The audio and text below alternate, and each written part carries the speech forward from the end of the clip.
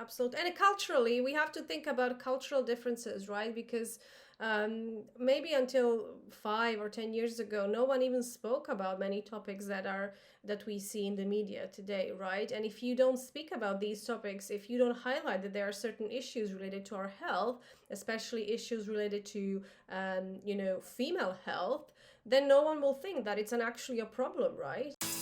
You're listening to Decoding Healthcare Innovation with Carrie Nixon and Rebecca Gwilt, a podcast for novel and disruptive business leaders seeking to transform how we receive and experience healthcare. Hi, everyone. This is Carrie Nixon. Welcome to another episode of Decoding Healthcare Innovation. I am delighted to be joined today by Marija Butkovic. She is the founder and CEO of Women of Wearables, which is a global organization of women and allies in the healthtech, wearable, and FemTech space. She's also a regular contributor to Forbes Media, where she writes about women's health, women in healthtech space, and startups. Marija serves as a mentor and advisor to healthcare startups and also to accelerators. I happened to meet Marija through Women of Wearables several years ago, and I have been incredibly impressed both by her substantive knowledge and the energy that she brings to everything that she takes on. So I'm really excited to have her as a guest. So today we're going to focus. You're welcome. You're welcome. Yeah, thank you for taking the time. And Marija is in Europe, and so I'm glad you were able to make the time zone difference work for the recording today. So today we're going to focus on 3 areas in particular. We'll talk about innovation specifically as it relates to women's health. And then we're going to talk a little bit about the landscape around funding female-led companies in the healthcare space. And finally, we'll shift gears a little bit and ask Marija to share some of her tips and tricks around marketing for earlier growth stage companies. Sound good, Marija? Yeah, amazing. All amazing topics. I could speak for hours. So this was really be like a condensed good session, which I will share That's right. along for sure. Well, first, I want you to take a moment to tell our listeners a little bit about your background, like how you decided to found Women of Wearables, why you became involved in the wearable and health tech space in general. You started off as an attorney, correct? Correct. You and I are actually would be colleagues if I continued with my previous vocation. So I'm a trained solicitor back in Croatia, where I'm originally from, and I worked as a corporate lawyer actually for 8 years before I moved to London. And I moved to London completely, unexpectedly, because my husband got a job. He's in IT space, so I completely shifted my career 8 years ago. I decided to jump ship and just completely change everything that I was doing. And then I was always very creative. Basically, I loved writing, and I wrote for some of Croatian startup media publications and tech journals, and which I continued doing when I moved to London, and that led me to the world of startups here. And then I decided to learn more about marketing, social media, PR. I freelanced for a couple of years, co-founded a wearable tech startup, which is what led me basically to start Women of Wearables, because at that time, and bear in mind, Carrie, that was 8 years ago, London was very much all about fintech, traditional industries, banking, and wearables were very early stage then. Most people knew about wearables, but it was all about maybe Fitbit, fitness trackers, Google glasses, and things like that. First smartwatches started coming up, and femtech wasn't even there, right? Like no one even knew what femtech is. And then I started Women of Wearables purely as a response to that lack of women in wearable tech space. So our focus, hence the name, was wearable tech. But then we expanded into many different other industries, and mostly we are today about health tech. So we will have a lot of members and communities focusing on different areas within the health tech space, and femtech is one of them. So I really wear multiple hats at the moment, but majority of my time is spent on WOW, because we've grown a lot over the past couple of years. And then I write for Forbes, and I also, whenever I can, I will advise startups, mentor startups, work with different programs, supporting early stage companies as an advisor, as a mentor. I will run my marketing workshops. So I'm hoping that some of that knowledge I can share today as well. Absolutely. And wearables are absolutely an important component of innovation in the healthcare space today. I want to talk a little bit more about healthcare innovation, particularly in the context of women's health. I mean, I think that most of our listeners probably realize that women's health has really taken a back seat over the years. Research around many diseases are focused usually on men as clinical trial participants as the starting point, and diseases that affect primarily women have, received very little attention. So why is that, do you think? That's a really good question, and there every time, for example, I visit a museum. Just this weekend, I was visiting Science Museum here in London with my husband and my son, and there were a lot of these 19th century, early 20th century models of human body which doctors use to observe and do research and waxed models, right? And every single one of them was a male model, right? And it made me think how, no one even thought about, okay, but what about women, right? So I think it's a very complex issue that it's not black or white, right? It cannot be very simply explained, but I'll try to simplify it. I think that, traditionally, women, even back then, there was much less women in the science space in general than men, and that's how this whole issue started. Because we have to be honest that when there are no men, when we cannot be what we cannot see, then female-led innovation won't be funded, research around women won't be conducted in enough, at least not enough measure in terms of how much it will be done. Um, Women-led startups won't thrive and things like that. So um, we have to look at this challenge that we have today from multiple angles.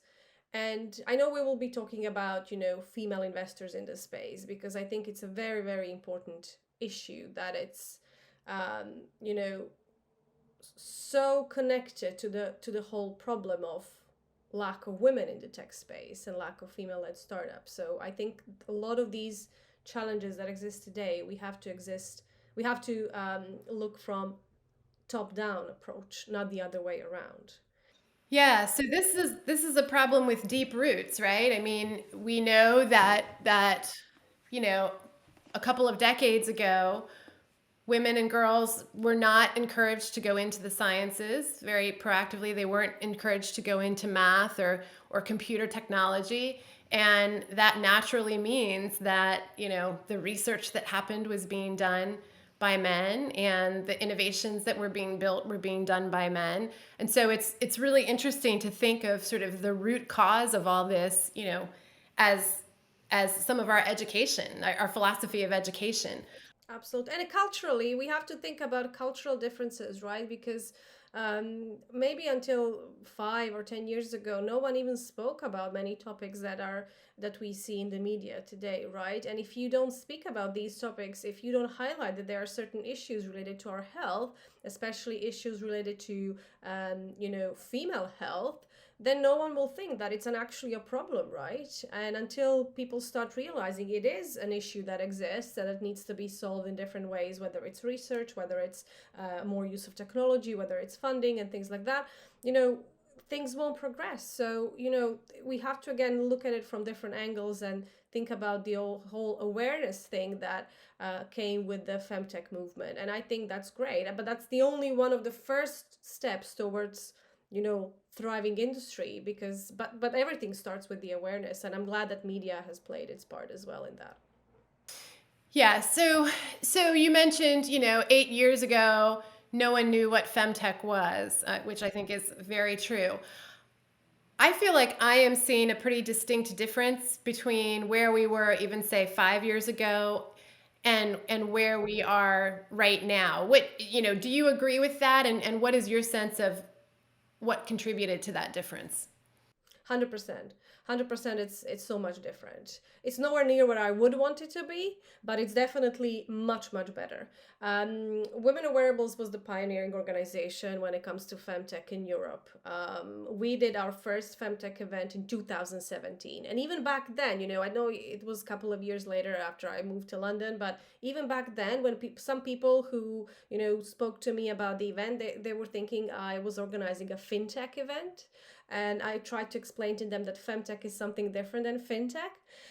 But still, nevertheless, we had 150 people almost coming through the doors, and there was a lot of interest for that event. And it was just before I went on my maternity leave. So we have progressed. When I think about number of startups that have, happened in the meantime, when we see number of new investors coming in the space, dedicated FemTech funds, healthtech funds, funds that have been completely industry agnostics, but they have, implemented that whole thesis of we do want to invest in women, and we do want to invest in women who are innovating in the FemTech space.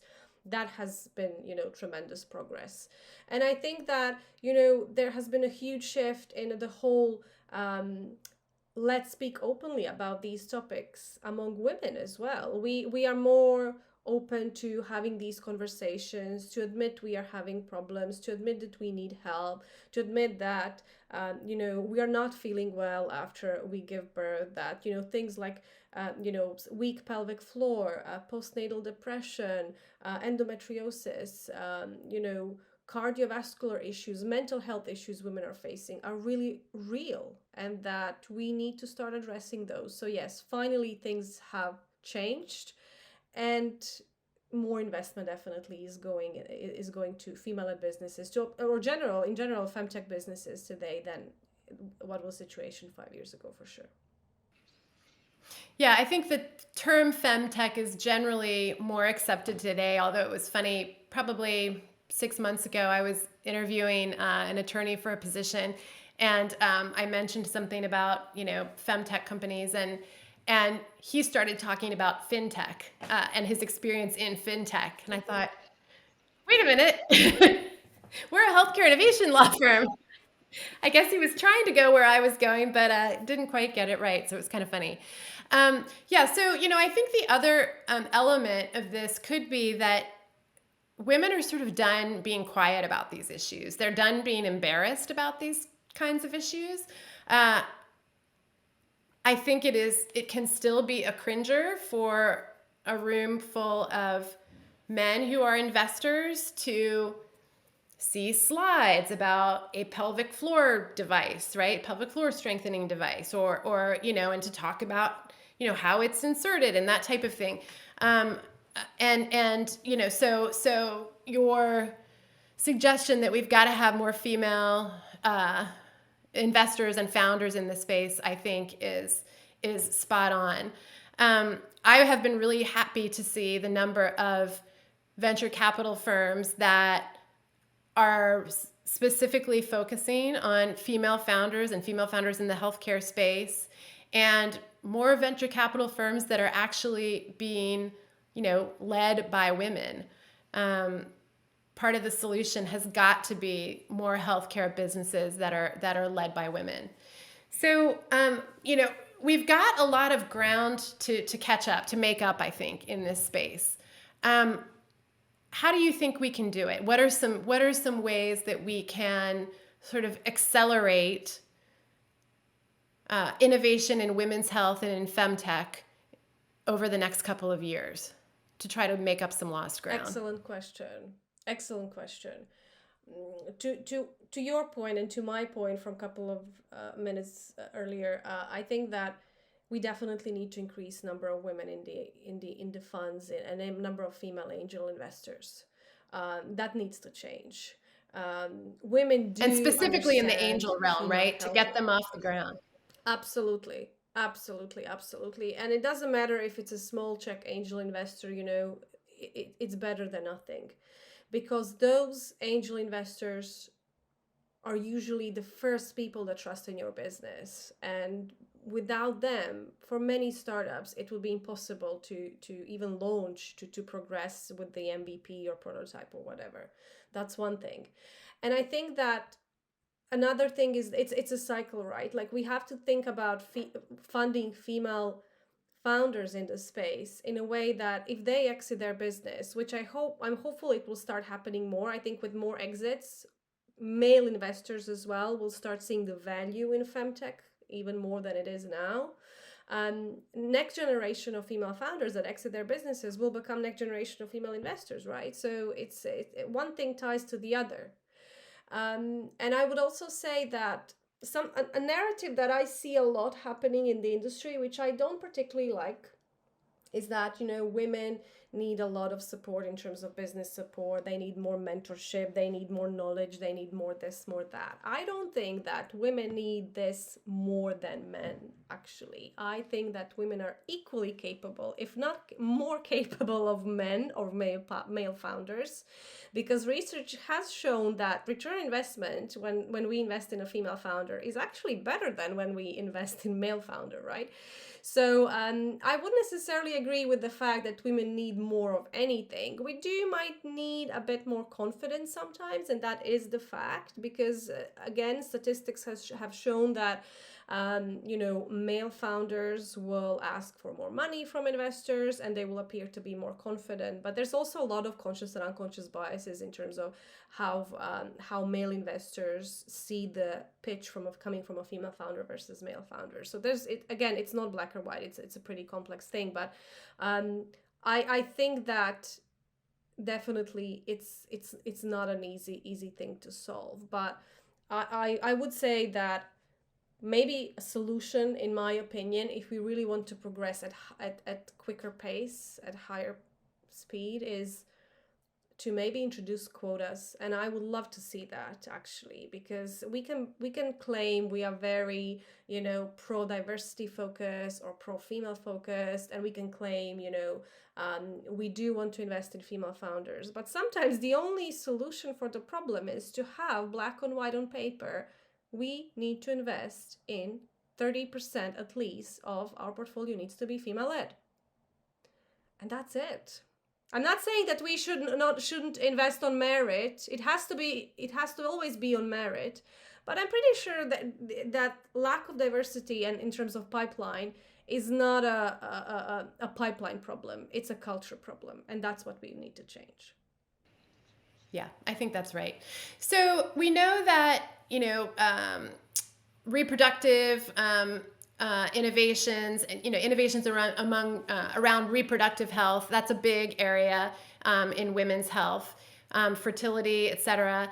But there are many, many, many other areas that encompass women's health. I, for example, am so surprised that we do not yet have a better way of diagnosing ovarian cancer, right? So what other areas, other than reproductive health and some other areas that you typically hear associated with FemTech, would you say are sort of ripe for real traction in the next couple of years? I would say definitely cardiovascular health. I think that there's a lot of interesting pieces of research out there that there's a lot of gender and racial bias when it comes to cardiovascular health that results in less than optimal experience for female patients. And I can also share some of my stories for Forbes related to this topic. To your point about cancer, I think there's a lot of interesting work at the moment when it comes to gynecological cancers, but also non-gynecological cancers, because breast cancer is not, for example, gynecological cancer, but it does affect mostly women, and there has been a lot of innovation in that space. Mental health is one of those areas that hasn't been innovated much, and I think that the next generation of femtech companies is definitely on a good path to democratize access to mental health, which has traditionally been very expensive and not easy to access for certain audiences and groups. And I'm hopeful that with the use of technology, patients will not only it will be easier for patients to access the right care for them at a cheaper price, but also to get it more regularly, because it's all about how good it is for the patient, and that means that it has to be accessible, it has to be high quality.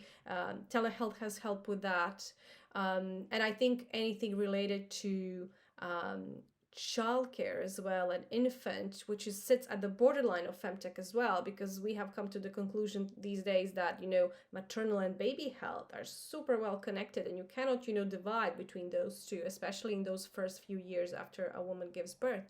I think that baby health, baby tech space, infant nutrition will really be revolutionized in the years to come. That area hasn't been disrupted for more than 20 years as I see it. Those are things to look forward to for sure. All right, so let's pivot for a moment and talk about marketing and outreach. We know that if a new company is going to get traction, they've got to get their name out there. They've got to have brand recognition. How does that happen, especially when some of these early stage companies are operating on a very, very tight budget? I know you've got some tips and tricks on this. You have elevated women of wearables over the years, and you've mentored others on how to push their brands out there. So give us some of your tips. Good question. Great question. I think I always try to give advice as a both female founder, as a founder of a startup, and as a PR person, right? Because I haven't been Forbes contributor as long as I was a female founder. So in the first few years of starting my business and my previous business as well, wearable tech space, we never had any budget. I'm always being very honest about that. We never paid for any PR. We never paid for any marketing, except maybe from occasional, maybe a bit of paid advertising on Facebook and Instagram, if the algorithm allows, again, but that's for a separate conversation. And I think that it's really important to understand the basics of marketing as an early stage startup founder, and how to create those relationships with journalists and influencers in the industry, or people who are running organizations such as ours and many other great organizations out there, so you can really benefit from exposure to their audiences. And something that I'm always surprised is that how many startup founders think that PR agencies will do their job, and they don't do the legwork themselves in order to establish a relationship with the journalist. And I love receiving pitches from startup founders. I prefer to receive pitches from startup founders versus PR agencies, right? So I always recommend people doing that. And I think it's never too early to start working on your marketing and PR and branding. It's never too early, right? So you have to think about that probably even before you have an actual product, because if you're really serious about your product, you will have it in maybe a few years from now, but you need to have that marketing strategy in your head. So I met a lot of interesting people that I featured in my stories through WOW community. Some of them have been our members as well. I love when people, share their stories with me even before they pitch to me, because that's how I meet them and that's how they stick in my head, and then when I'm writing a story, I will remember, oh, wait, actually, I met on that event or that meetup, I met this super interesting startup founder, let me reach out to them. And I had cases as well, when I reached out to startup founder because I wanted to feature them in my story, and they never get back to me. I had those cases as well, right? So there are actually startup founders who, maybe they haven't seen it, or haven't seen the email, or maybe they weren't interested.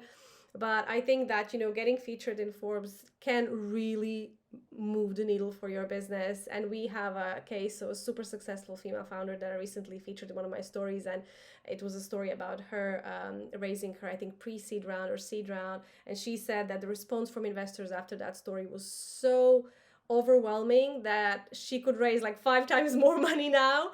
So I think it is worth thinking, what can PR and marketing do to my business? And my simple advice would always be, try to establish that human relationship, that, recognition of what you do, reach out to that journalist so they can have you on your radar. It's never early to do that.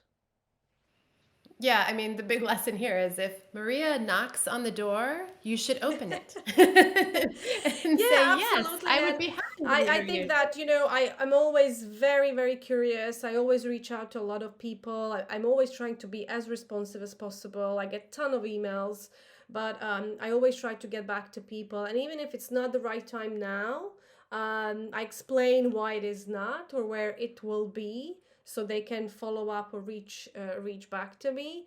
And yeah, I mean, always very keen to hear from people in the industry. So please do reach out. Well, last thing, you alluded to some of the potential difficulties with marketing that companies aimed at females may experience, right? Where we know that sometimes marketing materials uh, are basically declined and censored from some platforms because they are deemed to be too explicit. Where you might be featuring an image of a vagina or whatever, and that's not okay, right? That I feel like is another barrier that we have to overcome. Absolutely. And it doesn't even have to be that explicit. I mean, we even as organization I have ton of examples when we tried to advertise on Instagram and Facebook and our ads were rejected. And we didn't even mention any explicit words, or we didn't even have any explicit imagery. Even for the program we are running now, FemTech Untapped, which is focusing on areas that have been underfunded, under-researched, overlooked. Our ad didn't go through because Instagram and Facebook rejected it. And I don't know actually the real reason why, because again, we didn't use any explicit wording. So I can only imagine how hard it must be for maybe a sex tech company, if they want to advertise. And that's why you need to be very creative and think outside the box with your marketing. So I think that in that case, because you cannot rely on paid ads as much as you could if you were building different type of product, you have to be very creative. You have to establish those relationships with people who are running communities such as Women of Wearables and many other ones.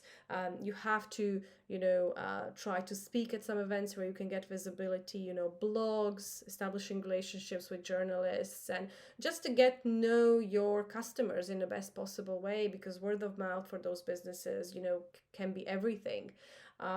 So to a certain extent, these problematic algorithms force startup founders to be very creative and to think outside the box. But on the other hand, what really bugs me is that I don't see much change in terms of approach from these companies. They are still, femtech companies are still stigmatized there as something that should be taboo, and that can be seen by approaches from Instagram, Facebook, LinkedIn as well to a certain extent, which is such a shame, because women's health, really, there's nothing to be ashamed of. Yeah, I'm floored that the FemTech Untapped ads got scrubbed from Facebook and Instagram. So we have to promote them here. We will promote them. We'll promote it in the show notes. Marija's doing an amazing series called FemTech Untapped, and we'll share some links in the show notes. Well, Marija, thank you so much for taking the time to speak with us today. You are such a leader in this space, and you have been for a long time, and I appreciate it, and women founders and women investors around the world appreciate it. So thank you so much. Thank you so much for inviting me, and I'm very open to anyone who wants to connect. Please do reach out. I'm always very happy to connect on LinkedIn, on Twitter, via email, and I will share some resources with Carrie that she can share with you if anyone is interested to learn more about what we at WOW do. And if anyone wants to pitch to me for my Forbes column, please do. I would love to hear from you. Awesome. All right. Thank you so much. Until next time. Bye-bye. Thank you so much.